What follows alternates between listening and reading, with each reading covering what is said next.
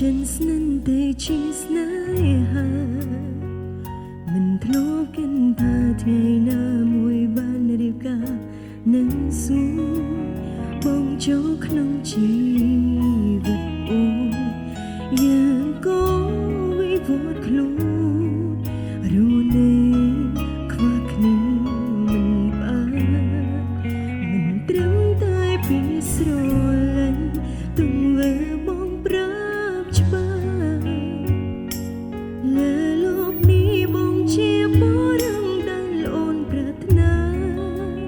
បងជាស្វាមីដ៏ល្អ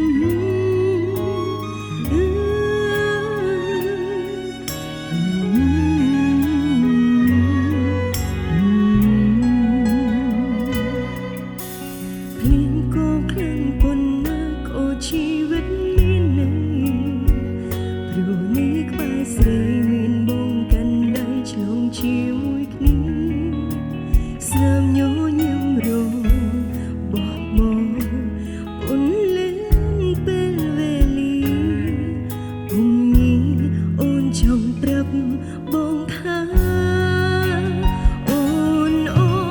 កុំតែធ្វើជាលំនៃជីវិតអូនៃក្បែរសួនអូនលេខបារម្ភលេខខ្លាំងជីវិតដែលអាយកាបងទុកអូនជាមនុស្សទីមួយក៏គ្រប់យ៉ាងតាមអូនត្រូវការពីសន្យាលុះសូនសងខា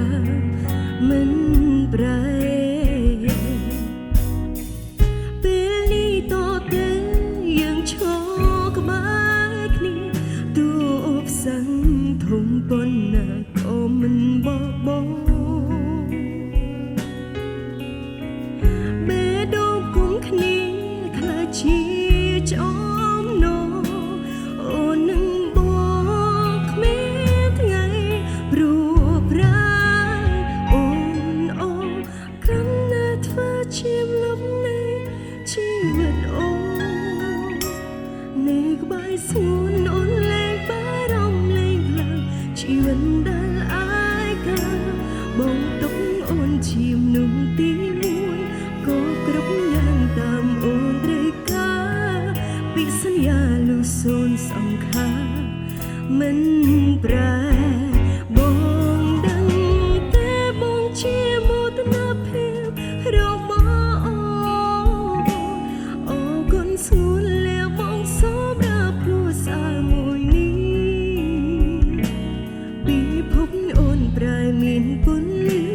ព្រោះមានបងជាមនុស្សពិសេសពីពេលនេះលុះសូនសងខាមិនប្រែពីភពអូនប្រែមានពន្លឺព្រោះមានបងជាមនុស្សពិសេសពីពេល